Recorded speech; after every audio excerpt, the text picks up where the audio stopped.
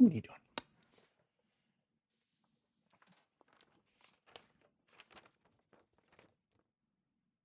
Thank you.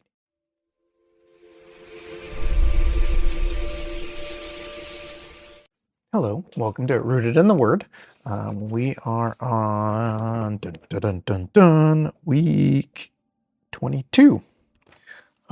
We are in the book of Colossians here. I wanted to focus on Colossians 3 and just a little spillover into 4. So Colossians 3 is putting on the new self, is what my subtitle is for it.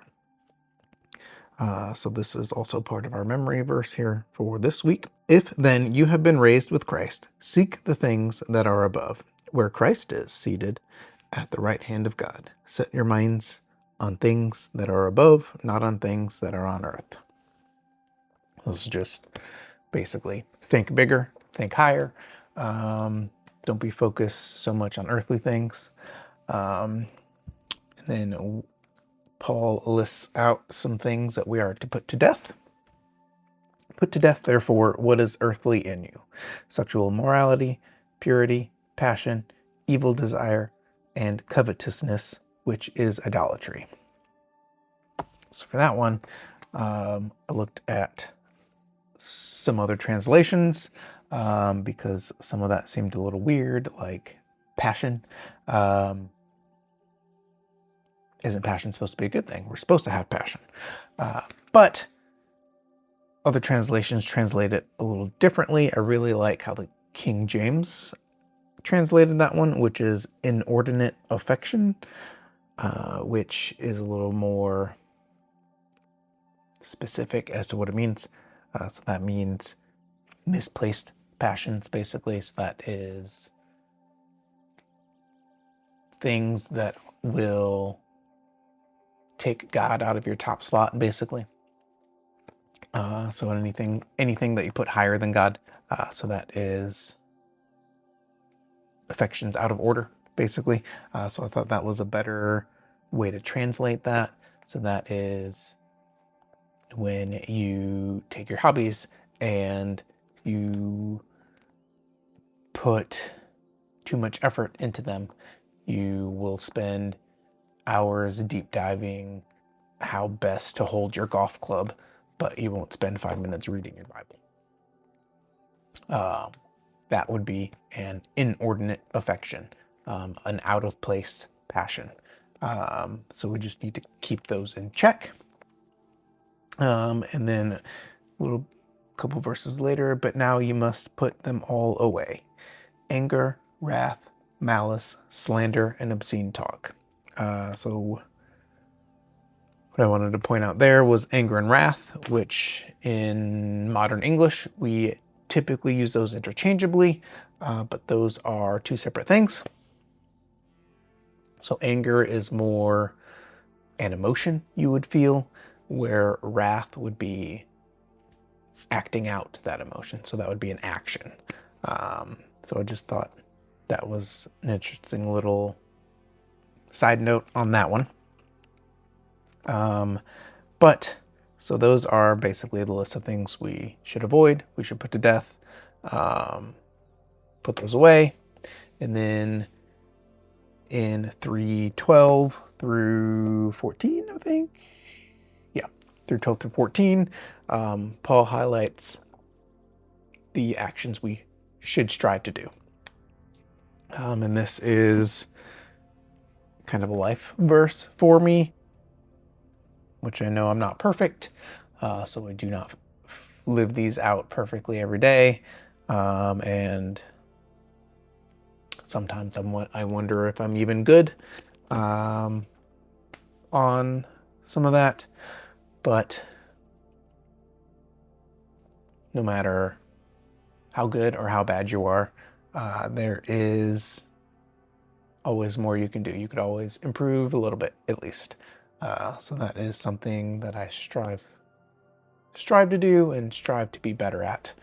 But put on then, as God's chosen ones, holy and beloved, compassionate hearts, kindness, humility, meekness, and patience, bearing with one another, and if one has a complaint against another, forgiving each other, as the Lord has forgiven you. So also you must forgive. Above all these, put on love, which binds everything together in perfect harmony. So these are things we should be living out. And some of these don't come naturally.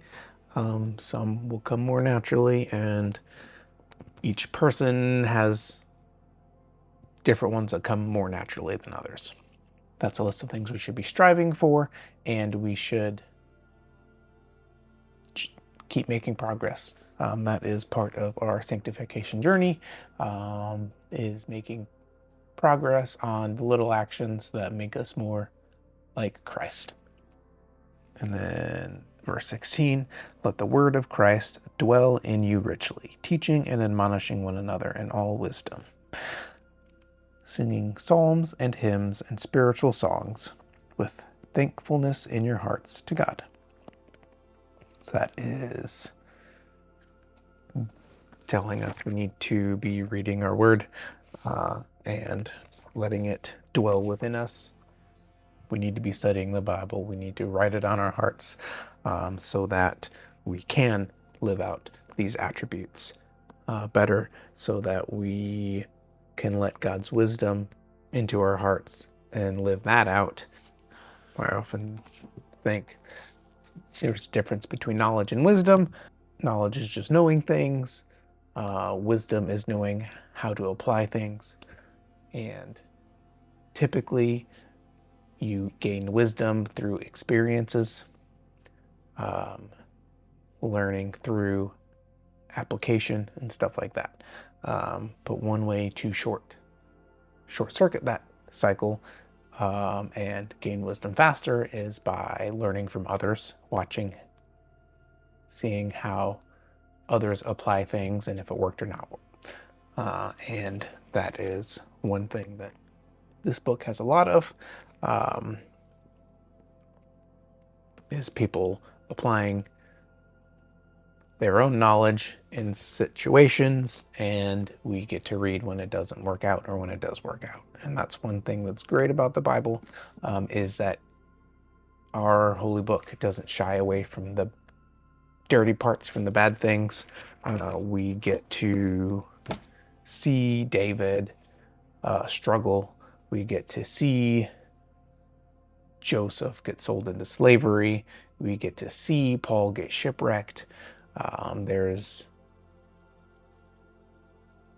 a lot of mistakes made, and we get to watch how those play out and gain that wisdom for ourselves by reading the Word. And just reading widely in general is good to gain that wisdom and shorten that shorten that cycle of gaining wisdom to where you don't have to go experience it yourself and learn what works and doesn't work. At least not always. And then second half of chapter 3 and the very beginning of chapter 4 talks about Christian households. Wives, submit to your husbands as fitting to the Lord. Which it says what it says. I don't really want to get into that. I want to talk to the husbands, which is verse 19. Husbands, love your wives and do not be harsh to them. And then some other parallel verses. In Ephesians, it says, love your wives as Christ loved the church and gave himself up for her. Husbands should love their wives as their own body.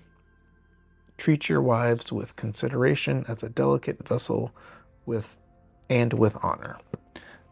So on those, that sets a high bar for husbands and aspiring husbands to hit.